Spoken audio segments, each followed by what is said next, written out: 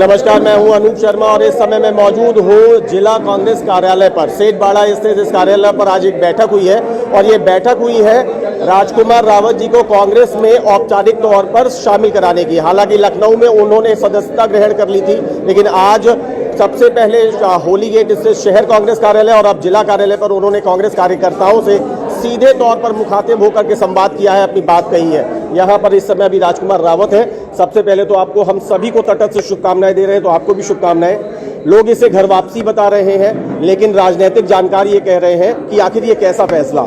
एक ऐसी नाव जिसका छेद थोड़ा छोटा होगा, एक दूसरी नाव जिसका छेद थोड़ा ज्यादा बड़ा होगा, लगभग दोनों ही इस समय हिचकोले ले रही हैं। तो रावत जी बसपा छोड़ के कांग्रेस में कहाँ आ गए, ये राजनीतिक जानकार पूछ रहे हैं।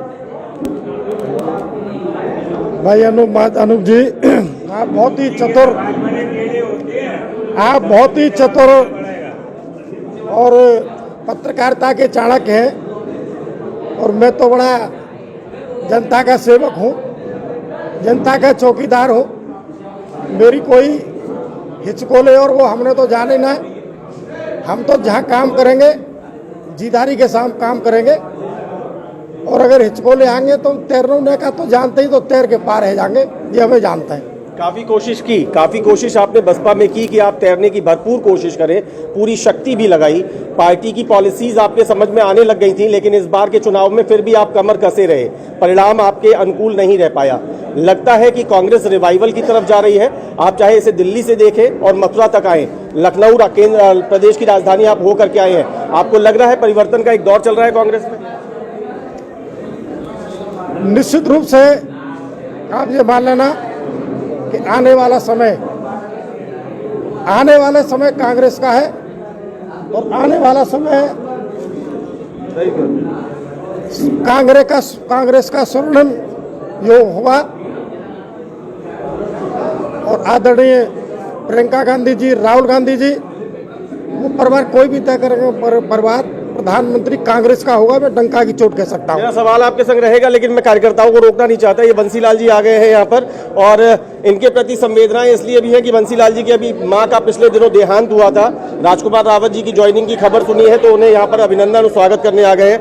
फिर से वो एक सवाल है, आपकी ज्वाइनिंग के साथ सीधे तौर पर यह संदेश जाता दिख रहा है कि आप मेयर पद के दावेदार हैं और आने वाले दिनों में प्रत्याशी के तौर पर औपचारिक घोषणा हो जाएगी।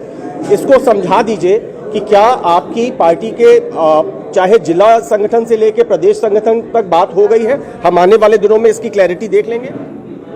ये तो बात सीधी सी बात आपने, हमारे प्रभारी जी हैं आराम साहब, ये बता सकते हैं। मैं तो चौकीदार हूँ, मैं तो सेवक हूँ। सेवा करने का जो मुझे निर्णय और आशीर्वाद मुझे मिलेगा, जो मुझे आदेश मिलेगा, उसका मैं अक्षर से पालन करूँगा। पूछना तो मैं तालान साहब से तो मेरा सवाल रहेगा, लेकिन मैं पूछना तो महेश भाई से चाह रहा था और प्रदीप भाई से चाह रहा था। और मैंने सुना है, हालांकि देखिए आपने अभी मेरे को थोड़ा सा उचका दिया कि आप बहुत बौद्धिक तौर पर धनी है, चाणक्य हैं, लेकिन आप भी कम नहीं है, बल्कि आप ज्यादा बड़े हैं। ये देखिए कि गणित आपने इस तरीके से बैठाई कि जिस खेमे से आपको कहा जाता था, उस खेमे में अपोजिशन को भी बिठा लिया, जिले स्तर पर, महानगर स्तर पर, और यहां से भी शांति से आप धीरे धीरे गणित चलते रहे। आपने कहा यहां आपके दोनों खंभों को मैं साध चुका हूं, अब थोड़े से पुराने संबंध जाके मैं लखनऊ में याद कर लाता हूं। खाबरी साहब से पुराने संबंध याद कर लिए, दुबे जी से आपने पुराने संबंध याद कर लिए, नसीमुद्दीन जी से पुराने संबंध याद कर लिए। तो बसपा के संबंधों को कांग्रेस में भी खूब कैश किया आपने। ऐसा है, वो सब जो लोग जो बैठे हैं वो बहुत चतुर हैं। निश्चित रूप से मानना कि आने वाला समय बहुत बड़ा स्वर्णिम समय कांग्रेस का है, और देश की जनता आज कांग्रेस की तरफ टकटकी लगा करके देख रही है। प्रदेश की जनता टकटकी लगा करके देख चुकी है। इस महंगाई से, बेरोजगारी से, बेकारी से, तमाम जन समस्याओं से जनता त्राह कर चुकी है।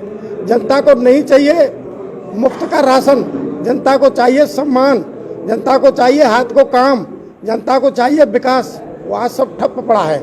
इसलिए जनता की आस है और कांग्रेस का हाथ है। ये कांग्रेस के हाथ को मजबूत करो। मेरा सबसे आह्वान है कि कांग्रेस का हाथ सबके साथ। हम कांग्रेस वर्कर्स से जब मिलते हैं, कांग्रेस के कई वरिष्ठ नेताओं से मिलते हैं जो किसी वजह से हताश होकर या अपने आप को साइडलाइन कर चुके हैं, लेकिन उनके अंदर मन में कहीं कांग्रेस जिंदा है। कई युवाओं से मिलते हैं, पत्रकारिता के क्षेत्र में मिलना हो जाता है, तो बहुत से लोग कहते हैं कि कांग्रेस कहीं गई नहीं है।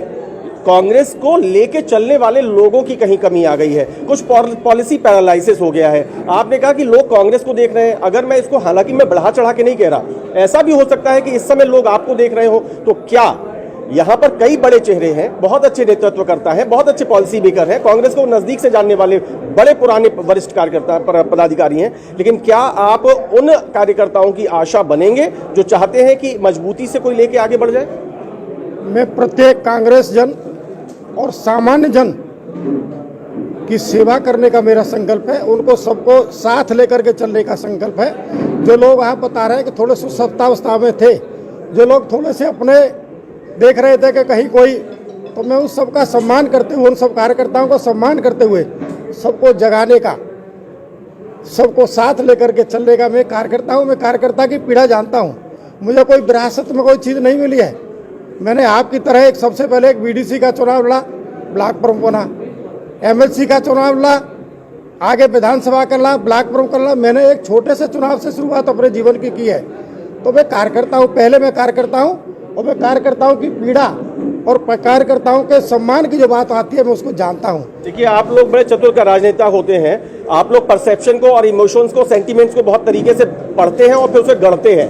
आपके पहले शुरुआती नारों में मैं देखता था, जब आप सभाओं में जाते थे, बैठकों में जाते थे, तो दाऊ जी महाराज की जय होती थी, फिर गोवर्धन जी महाराज की जय होने लग गई। आज मैंने सुना कि दाऊ जी और गोवर्धन नाथ महाराज के साथ साथ द्वारकानाथ की, बिहारी जी की और यमुना मैया की जय हो गई। तो परसेप्शन तो आपने गढ़ लिया है।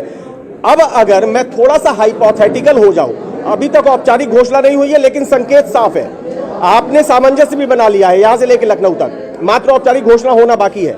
अगर मैं हाइपोथेटिकल होके सोचूं कि अगर आपको कांग्रेस का मेयर पद का प्रत्याशी बनाया जाता है, तो जनता आपको वोट क्यों दे?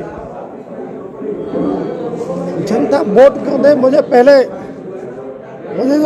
मुझे कांग्रेस पार्टी का मुझे आशीर्वाद, और मुझे जब मिल जाएगा अधिकृत रूप से, जब मेरी बात हो जाएगी, उसके बाद मैं बताऊंगा कि जनता मुझे वोट क्यों दे, जब मुझे आशीर्वाद क्यों दे, मेरा साथ क्यों दे, तब बताऊंगा। आज तो मैं अपनी तरफ से सामान्य कार्यकर्ता के रूप में कांग्रेस पार्टी में मैंने शामिल हुआ हूं, अपने पुराने परिवार में शामिल हुआ हूं, सब परिवार के लोगों के साथ खड़ा हूं। मैं अपनी तरफ से सर्टिफिकेट नहीं दे रहा, लेकिन इस समय कुछ इस तरह का सीन बन गया है। देखिए, राजनीति की धाराएं चलती रहती है। 60-62 वर्षों तक कांग्रेस ने एक छत्र राज्य किया। फिलहाल भाजपा के बारे में लोग ये कहना शुरू कर चुके हैं। अभी मथुरा की अगर बात करूं तो बड़ी परंपरागत सीट है, यहाँ से भाजपा की टिकट मिलना जीत की गारंटी कठिन है आपके लिए। अब जो सामने, पहले हमें हमारी पार्टी का जो आशीर्वाद दिशा निर्देश मिल जाएगा, उसकी बाद में सोचेंगे। आज बता दीजिए, दालान साहब कब दिलवा रहे हैं टिकट मेयर पद की? देखिए, आप जैसा देखा आपने कि एक आगाज हो चुका है। भगवान श्री कृष्ण ने अपने आशीर्वाद के रूप में आप सब लोगों के सामने कुछ चीजें जरूर प्रस्तुत कर दी है। सिर्फ कांग्रेस कार्यकर्ता के तौर पर देखूं या भावी मेयर के तौर पर देखूं, जनता सुनना चाह रही है। तालान साहब बता दीजिए। जनता को तो आप ये दिखाइए कि आने वाला समय कांग्रेस के मेयर का है मथुरा के अंदर। उसमें कांग्रेस मेयर के नाम पर नाम कौन है? अभी हमारे पास बहुत सारे आवेदन हैं, उनमें जो सबसे ज्यादा मजबूत हमारा बगल में बैठ के प्रफुल्लित आप हो रहे हैं, गले में मालाओं का आदान प्रदान आप कर रहे हैं, कह रहे हैं कि नाम अभी बहुत है। देखिए, अभी तक की जो स्थिति है मैंने उसे आपको अवगत कराया है, लेकिन आप इस बात का बिल्कुल विश्वास जानिए कि आपके बीच में एक सच्चा सेवक, ये 3 बार के प्रधान है, बहुत चालाक बुद्धि है। ये वकील साहब है, ये बेबाक है। वकील साहब बताइए कब घोषणा करवा रहे हैं? मैं निश्चित रूप से मान लिए कि आप हमारा मेयर का चुनाव। अरे आपने तो यहाँ इतने जोश में थे कि 2027 का ऐलान कर दिया था सर यहाँ से। मैं निश्चित रूप से कह सकता हूँ कि आप जो है मेयर जोश की बात कर रहा हूँ, इतने जोशीले हैं इस समय। आप मेयर का चुनाव लड़ेंगे, ये मैं आपसे वादा मैं जिलाध्यक्ष भगवान सिंह वर्मा का ये स्टेटमेंट मान लूं, जनता सुन रही है कि राजकुमार रावत मथुरा वृंदावन नगर निगम के मेयर पद के प्रत्याशी होंगे कांग्रेस के? निश्चित रूप से होंगे। अभी महानगर कहीं आपसे बुरा न मान जाए कि जिले का पदाधिकारी महानगर वाले बुरा न मान जाए। निश्चित रूप से होंगे और जीत के आएंगे और अगली बार मेयर के रूप में यहाँ पे आएंगे आपके सामने। यहाँ दिनेश चतुर्वेदी भाई भी हैं। गुलर भाई, ये बताइए, आज महेश भाई की अनुपस्थिति में उनके स्थान का प्रतिनिधित्व आप कर रहे हैं, बताते हैं कि यहीं से यात्रा शुरू हुई थी। राजकुमार भाई तो परिवार के मेंबर हमेशा थे, हमेशा है और हमेशा रहेंगे।